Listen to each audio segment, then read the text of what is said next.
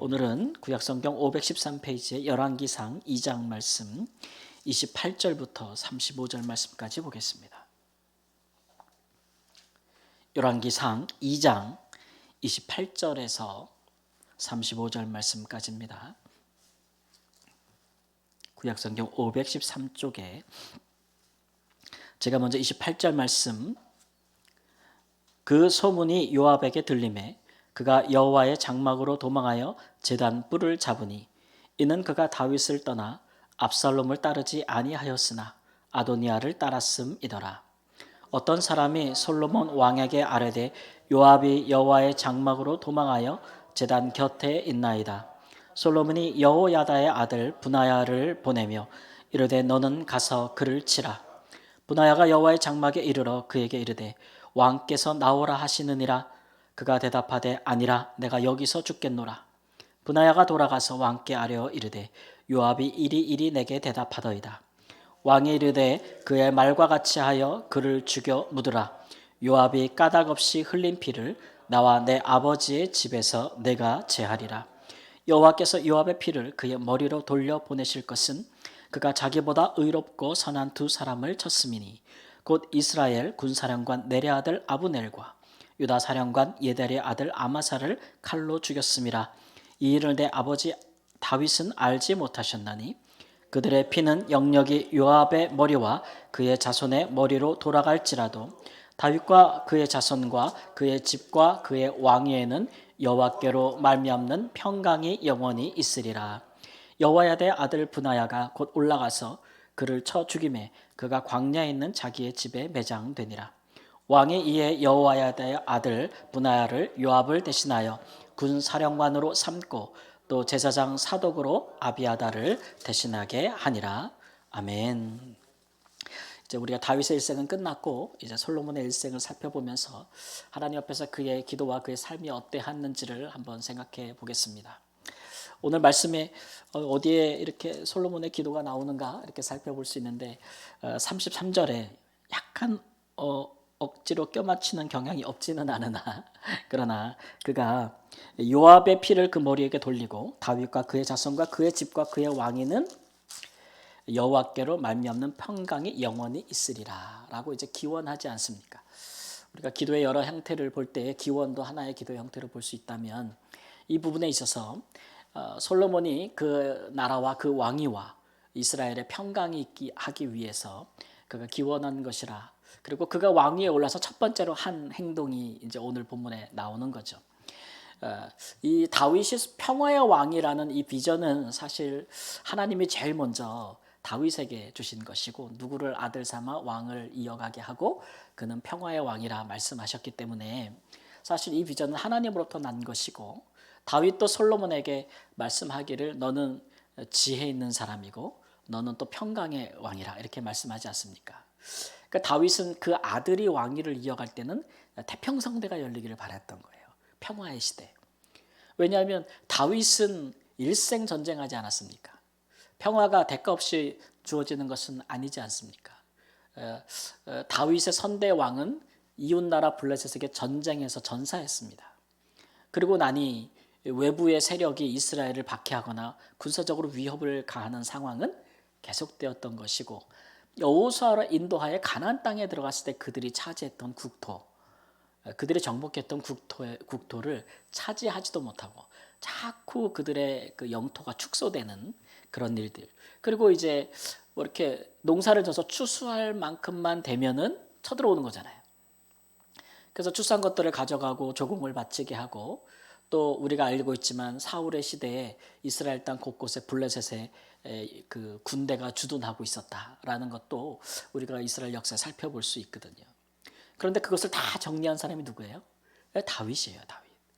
다윗은 뿐만 아니라 굉장히 많은 영토를 확장하고 가나안 땅의 모든 그들에게 주어진 약속받은 땅을 다 정복했을 뿐만 아니라 그 밖으로도 굉장히 많은 그 영향력을 갖고 있던 사람 아니겠습니까?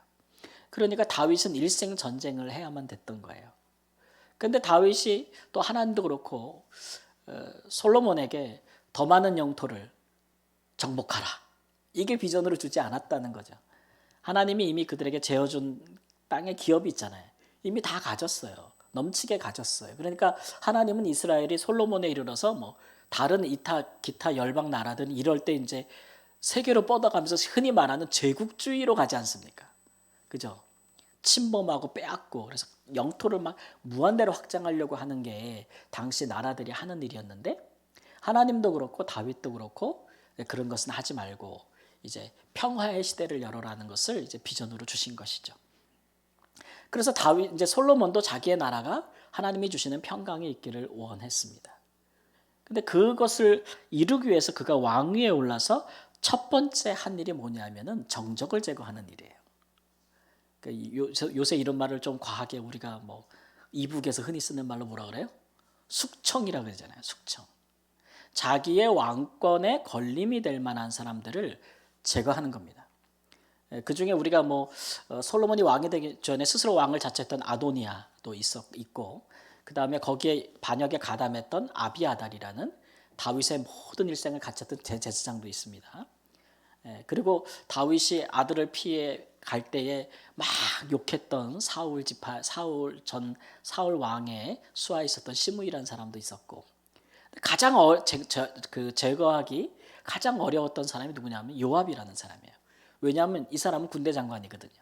그것도 아주 오랜 세월. 그 아버지 다윗과 일생을 함께하고 모든 전쟁을 일어난 사람이고 이 사람은 이스라엘의 영웅이에요.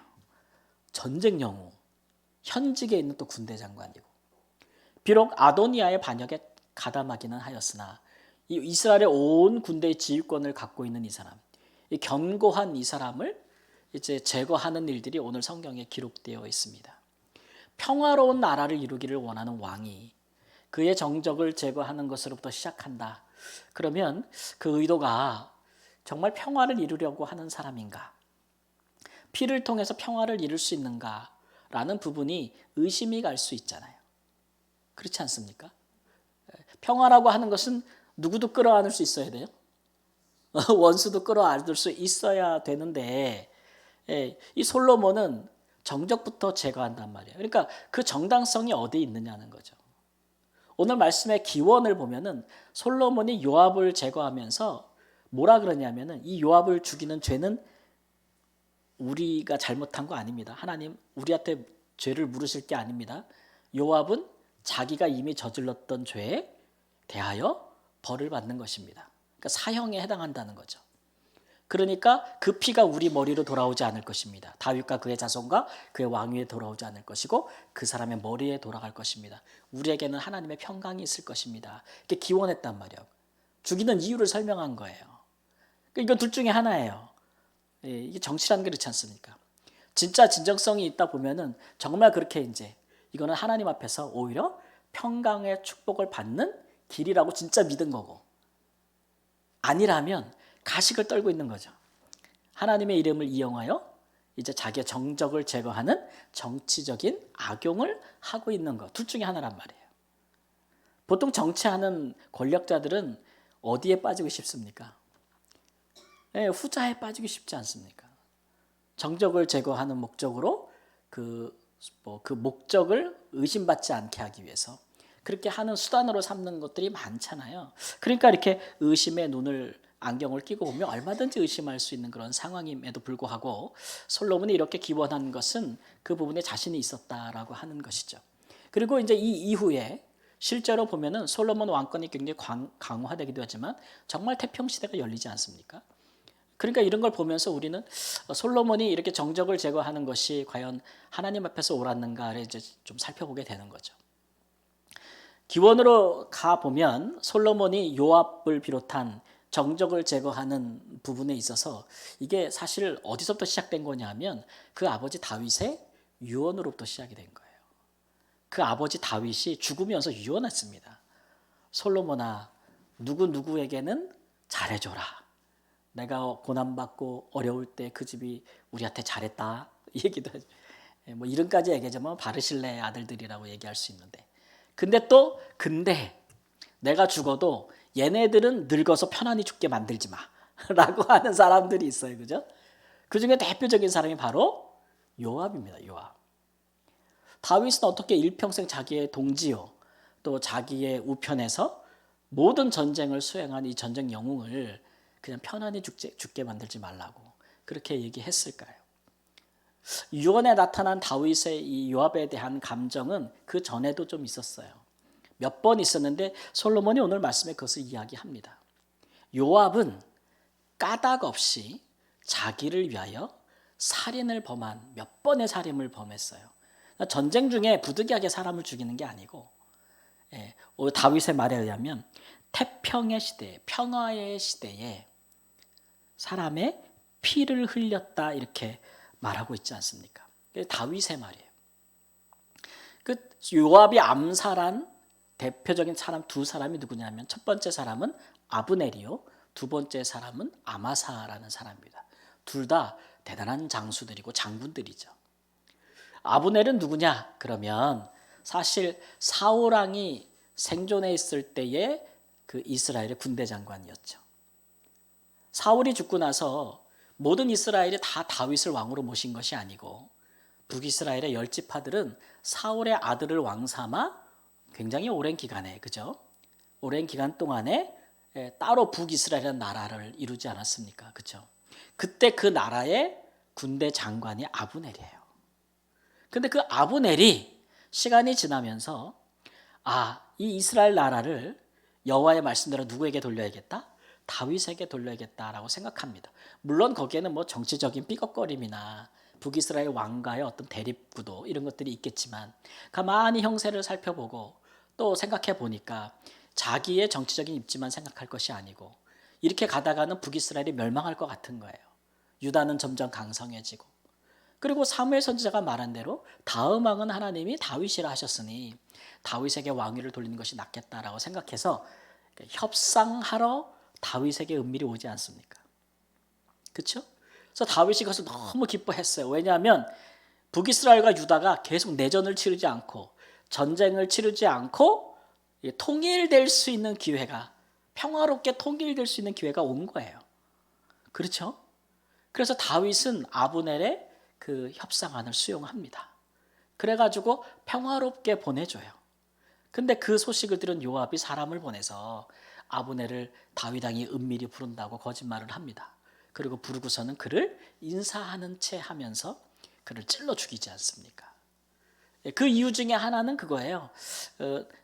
유다와 북이스라엘이 계속 전쟁할 때 사울의 집과 다윗의 집이 계속 오래 전쟁할 때에 전쟁 중에 아브넬이 요압의 남동생, 동생을 싸움이 붙어서 전쟁 중에 죽였어요. 근데 뭐 적극적으로 암살한 건 아니고 북이스라엘이 져서 도망가는데 요압의 동생 아사헬이 전공을 세우고 싶은 거예요. 그래서 자기 손으로 이 북이스라엘의 장군을 죽이고 싶은 거죠. 계속 따라가는 거예요. 계속. 그러니까 이제 아브넬이 따라오지 말아라 얘기하면서 혹시나 내가 너를 죽이면 네 형을 요압을 어떻게 보겠느냐. 그래도 아사헬이 뭐 들로르 같이 발이 빠르다 그랬어요.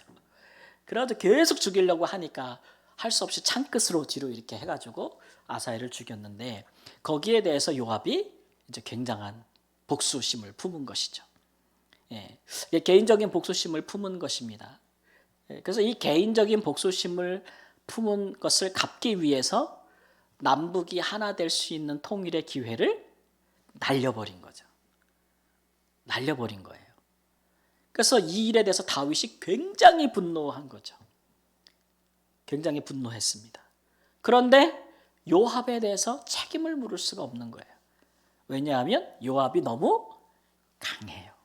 모든 군대가 그를 따르고 있고 또 하나가 있어요. 이게 뭐냐면은 다윗이 범죄할 때에 우리야를 죽일 때에 같이 공모한 사람이 누구예요? 같이 공모한 사람 요압이에요. 밀서를 보내가지고 우리야 죽이게 한 사람 둘이 아주 잘 알고 있잖아요. 하나님께서 다윗을 공개적으로 책망하시고 벌하실 때에 그 부분을 직접적으로 드러냈다는 기록이 없어요. 아내를 빼앗고 간음한 부분에서 강하게 얘기하시는데 우리아가 죽었잖아요. 근데 그 밀서를 주고받고 한 살인 교사한 그 부분에 대해서 공개적으로 드러난 부분이 없어요. 드러났을 수도 있고 안 드러났을 수도 있겠죠.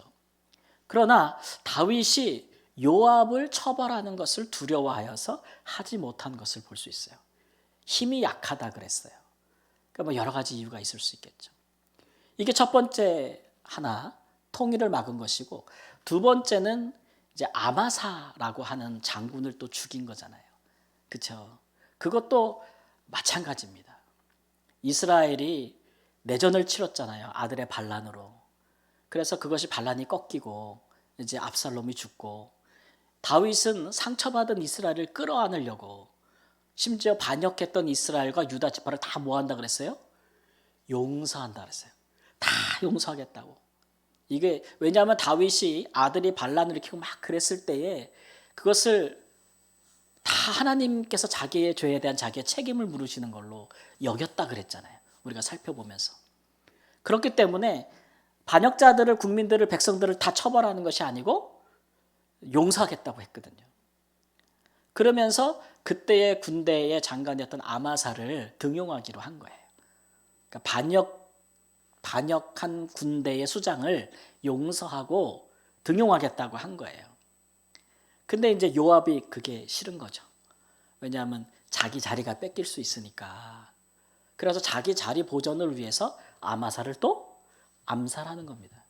이게 이제 어떤 결과를 가져왔냐면, 많은 이스라엘 지파들이 생각하기를 다윗 왕이 겉으로는 평화를 얘기하면서 용서를 얘기하면서 뒤로는 우리를 대표하는 사람을 암살했다는 거죠. 그러니까 이런 것들을 다윗이 변명하는 것이 한계가 있는 거잖아요. 그러니까 왕으로서 정말 자기의 평화를 원하는 이 마음이 전달이 안 되는 거죠. 그러니까 평화의 시대가 자꾸 늦게 도래하게 되는 거예요. 늦게. 자꾸 요압이 그것을 막는다고 왕으로서 생각한 것이죠. 그러면서 다윗이 그럼 생각하기를, 마지막으로 솔로몬이 왕위를 임명할 때도 솔로몬이 아니라 아도니아라는 다른 아들을 왕위로 추대하고 왕위 즉위식까지 벌인 사람이 누구예요? 요압이란 말이에요. 군대를 다스리고 있는 지휘관이에요. 그러니까 다윗은 이 사람은 평화의 시대에 반드시 걸림돌이 된다는 것을 알고 있었죠. 이미 솔로몬과 처음부터 등을 진 사람 아닙니까? 권력 관계에 있어서. 그러니까 이 사람이 남아있으면 이스라엘의 군대가 솔로몬을 따르지 아니할 수도 있다. 언제든지 쿠데타가 또 일어날 수 있다는 그런 생각을 가지고 있는 것이에요. 그래서 그 처벌을 누구에게 맡기는 거예요? 솔로몬에게. 아버지가 하지 않고 솔로몬에게 맡기고 돌아가셨단 말이에요. 예. 근데 이제 솔로몬이 요압을 제거하는데, 요압이 살기 위해서 성막에 가서 여호와의 제단 옆에 가서 제단불을 잡았다. 이거 살고 싶어. 설마 여기서 죽이겠냐고. 막 그랬더니 여기서 죽고 싶다고 막 그러니까 솔로몬이 그럼 거기서 죽어라. 그래가지고 이제 거기서 죽으면서, 이 지금 요압이 죽은 이 피는 그가 지금까지 행한 죄에 대한 값이라는 거죠. 그러니까 자기가 권력을 권고하기 위해서 충성스러운 신하를 암살을 죽인 게 아니라는 거예요. 그가 무죄한 자의 피를 흘려서 평화의 시대를 오지 못하게 한 값을 지금 받게 하는 거죠. 물론 요압의 입장에서는 개인적인 자기의 권력에 대한 욕망도 있고, 또 자기 동생에 대한 복수도 있고 막 그렇습니다. 근데 이게 지금 우리가 사적인 영역을 다루는 게 아니잖아요. 한 나라의 공적인 영역을 다루는 것이죠. 적어도 한 나라의 왕이라면, 적어도 한 나라의 군대를 다 다스리는 지휘관이라면 개인적인 감정과 복수, 원한관계 이런 걸 떠나서, 심지어는 자기의 개인적인 욕망과 권력에 대한 탐닉보다는, 수호보다는 평화의 시대를 여는 게 중요한 거 아니겠습니까? 이것은 이스라엘이 내전을 치르고 두 개 나라로 쪼개지고 막 이런 것은 하나님 뜻이 아니잖아요. 그러니까 그 큰 하나님의 비전을 개인적인 사유로 거스려서 중요한 때마다, 아주 중요한 고비마다 그가 중요한 인물들을 살해했다는 거예요. 거기에 대해서 책임을 묻는 과정이라 할 수 있고, 그런 부분에 대해서 솔로몬은 그 요압을 죽이는 이유를 분명히 밝히고, 하나님께서는 이것 때문에, 이 요압을 처형한 것 때문에 우리에게 피값이 있다고 말하지 않을 것이다. 오히려 우리에게 무엇을 주실 것이다? 평강을 주실 것이다. 이런 자신감 있는 기원을 하고 있는 거예요. 그러니까 이 평화, 이스라엘의 평화가 이제 이 요압의 죽음으로 말미암아 오게 될 것이라는 확신을 갖고 있는 것이죠. 확신. 이제 우리가 이제 이런 부분들을 좀 생각해 봐야 됩니다. 그러니까 어떨 때 우리가 평화를 생각할 때 무조건적인 어떤 그 화합과 용서, 그죠? 무조건적인 이해, 포용, 우리가 그런 것들을 주장하기 쉽거든요. 필요할 때가 있죠. 그런 기본적인 포용은 반드시 필요하나 그것이 어떤 이 평화를 깨는 어떤 그 사람 또는 악인 혹은 죄에 대한 그 책임을 묻지 않는 타협에서 비롯되는 것은 아니란 말입니다. 그것이 또 국가라면 더구나 그런 것이죠. 여러분, 우리 사회가 예를 들어서 우리 사회에 흉악한 범죄를 저지르거나 아니면 사회에 어떤 아주 사람들이 소스라치게 놀랄 만한 충격적인 범죄를 저지르고 피를 흘리는 사람을 이 사회가 관용과 용서라는 이름으로 공적인 영역에서 처벌하지 않는다면, 심판하지 않는다면 그게 평화가 이루어지는 것이라고 할 수 있을까요? 그렇지는 않지 않습니까? 그렇죠? 이 요압이 살해했던 이 두 사람은 온 이스라엘을 울리는 정말 주목해보는 큰 사건이었던 거예요. 이대 사건. 그러니까 그런 일에 대해서 늦게나마 지금 처벌을 받은 것이에요. 거기에 대해서 이제 솔로몬은 하나님 앞에서도 자신이 있는 거죠. 이 사람은 그 값을 치르게 해야만 우리 사회에 우리나라에 평화가 임할 것이다. 하나님이 보실 때도 그러하다. 이것이 법이요, 이것이 율법이다. 라는 강한 확신을 갖고 있었던 거죠. 그런 면에서 우리가 생각해 보시면 되겠습니다. 그러니까 이제 중요한 것은 뭐냐면 솔로몬이 왕인데요. 이 다윗을 닮은 부분이 있어요. 그게 뭐냐면 정적을 제거하는 것을 정치적인 어떤 그 자기의 어떤 그 뭐랄까요 행위로서 정당화하는 게 아니고 하나님 앞에서 내가 이 요압을 처형하는 것에 대해서 허물이 없고 하나님 앞에서 눈치를 보고 있는 거예요. 이게 이제 하나님을 경외하는 왕들의 특징이죠. 권력자가 권력을 행사하는데 누구 눈치를 봐요? 하나님 눈치를 보는 거예요. 그러니까 평화의 시대가 열리는 겁니다. 근데 보통 권력자들이 손에 칼을 가잖아요. 그죠? 이거 누구 눈치 봅니까? 안 봅니까? 그냥 휘두르기 쉽죠. 나중에 그 칼이 누굴 쳐요?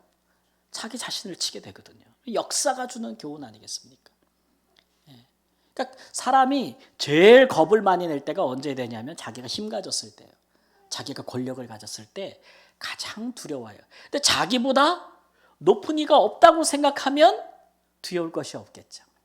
근데 적어도 하나님을 믿는 사람이라면 내가 아무리 세상에서 높은 지위에 올라도 내 위에 누가 있어요? 하나님이 계시잖아요. 그러니까 함부로 할 수 없는 거죠. 그것이 평화를 바라는 사람의 마음이에요. 하나님 앞에 평강을 구하고 평화를 구하면서 나는 마음대로 내 권력을 휘둘러. 가정에서 아버지가 자녀들에게 맘 놓고 폭력을 행사해. 아내를 학대하고 자녀들을 학대해. 그 권력 행사 아니겠습니까? 그것도. 그러면서 하나님 앞에 와서 평강을 달라고 기도할 수 있을까요? 하나님이 두려워서라도 내 자녀이긴 하지만 하나님의 자녀잖아요. 함부로 할 수 있어요? 없어요? 못해야 되는 거죠. 한 나라의 지도자가 백성들의 생명을 함부로 할 수 없듯이 똑같은 거예요. 그런 부분에 대해서는. 그게 하나님을 두려워하는 사람들은 그렇거든요.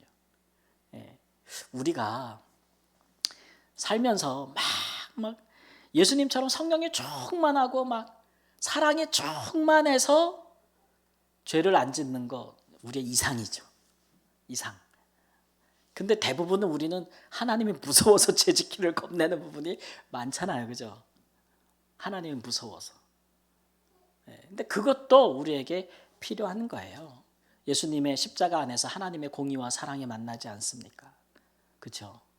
하나님의 우리를 향한 사랑이 죄에 대한 책임이 없다는 것이 아닌 거예요.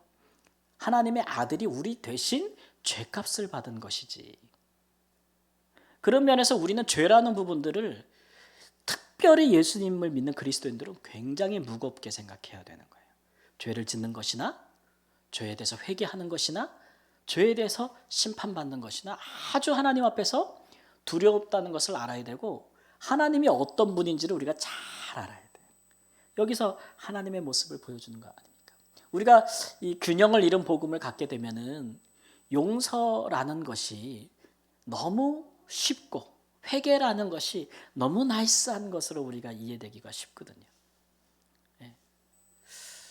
저는 이제 제가 있던 말라위의 문화가 그래요. 그 말라위에 있는 사람들의 고유 문화가 내가 뭔가를 잘못을 했는데 죄를 범했는데 어떤 사람을 내가 물건을 훔치거나 때렸어요. 그럼에도 불구하고 그 사람에게 책임을 묻지 않는 문화가 있어요. 특히 높은 사람에게는 더. 그 묻는 게 더 나쁜 거예요. 그러니까 그 사회가 부정부패나 죄가 줄어들겠어요? 더 넘쳐나겠어요? 항상 넘쳐나죠. 그러니까 용서가 하는 사람의 거의 책임이 돼버렸어요. 그러니까 내가 뭐 누구를 가서 돈을 훔쳤어요. 들통이 났어. 그러면 너 왜 돈을 훔쳤어? 막 그러면 전혀 위축되지 않아요. 아 그래? 아 용서해줘. 야 어떻게 용서를 그렇게 용서받는 태도가 그거야? 막 이러고 그리고 이거 어떻게 물어낼 거야? 그러면 그걸 왜 물어내야 돼? 용서해줘야지. 아, 너무 그냥 가벼워요. 책임을 지지 않고 용서를 당연히 해줘야 되는 것으로. 그렇기 때문에 복음이 전파되기가 굉장히 어렵다. 선교가 굉장히 어렵다. 왜냐하면 회심을 안 하니까.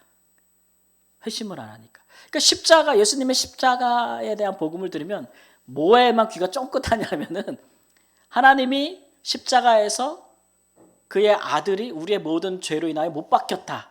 이런 하나님의 공의에 대한 것들은 안 들어. 십자가에서 우리를 뭐 했다? 용서했다. 우리를 사랑했다. 이쪽으로만 귀가 이만큼 돼 있는 거예요. 균형을 잃은 복음이라고 할 수가 있겠죠. 우리 한국교회 성도들도 그런 부분이 좀 있어요. 구원은 믿음으로 간다. 한번 믿으면 하나님 나라에 들어간 것과 마찬가지다. 따놓은 당상이다. 이런 식으로 복음이 우리에게 너무 가볍게 취급돼서 우리 가운데 오게 되면 예수를 믿고 죄 짓지 않을 이유가 없는 거죠. 용서는 하나님께 혼자 와서 기도하면 땡인 거예요. 내 죄로 인하여 고통받는 사람하고는 아무 상관이 없다고 생각하는 거죠. 굉장히 잘못된 복음이죠. 예수님은 그렇게 죄 용서를 가르치신 법이 없는데. 그래서 그런 부분들에 대해서 우리가 좀 신중하게 생각하지 않으면 진실로 우리의 삶에 평강이 임하겠는가? 라고 하는 거예요. 평강이. 죄를 부당하게 짓거나 나라를 다스리는 사람도 솔로몬처럼 정당하지 못하게 사람에게 죽임을 이렇게 사형을 선고하거나 이렇게 행해서는 그냥 원수를 갚고 정적을 죽이는 것만으로 정치적으로 평화가 임하겠는가요? 임하지 않는다는 거죠. 누가 그걸 보시는 거예요? 하나님이 보신다니까. 그러니까 우리가 하나님 옆에 평강을 구하고 평화를 구할 때는 그에 합당한 동기와 마음과 삶도 수반되어야 한다. 하나님 눈치 보라는 거예요. 평화를 구하는 사람이 평화를 깨는 일들을 서슴지 않고 하면서 아무리 그것을 감추고 미워한다 하더라도 드러날 수밖에 없는 거예요. 그런 것들은. 특히 우리도 마찬가지고요. 그래서 그런 부분에 대해서 우리가 평강을 구한다면 우리는 피스메이커, 평화를 이루는 사람이 돼야 돼요. 평화를 이루는 것이라는 것은 용서가 가장 중요한 일이 되겠지만 사적인 특히 개인적인 영역에서는 예수님께서 70번씩 몇 번도 용서하래요?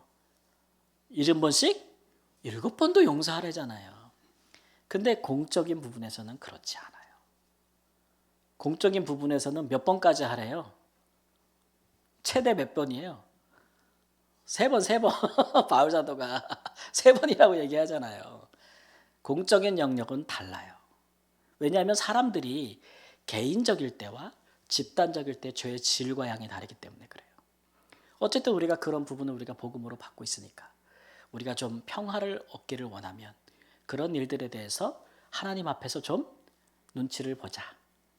점검받자는 거죠. 우리가 하는 심지어는 평화를 이루는 것과 반대되는 듯한 공의를 행할 때에 우리가 누군가에게 징계하거나 처벌하거나 그럴 때에 이것이 정말 무엇을 위한 것인지, 평화를 위한 것인지 하나님 앞에 눈치 볼 필요가 있다 라는 것으로 오늘 말씀을 생각해 보겠습니다. 함께 기도하겠습니다.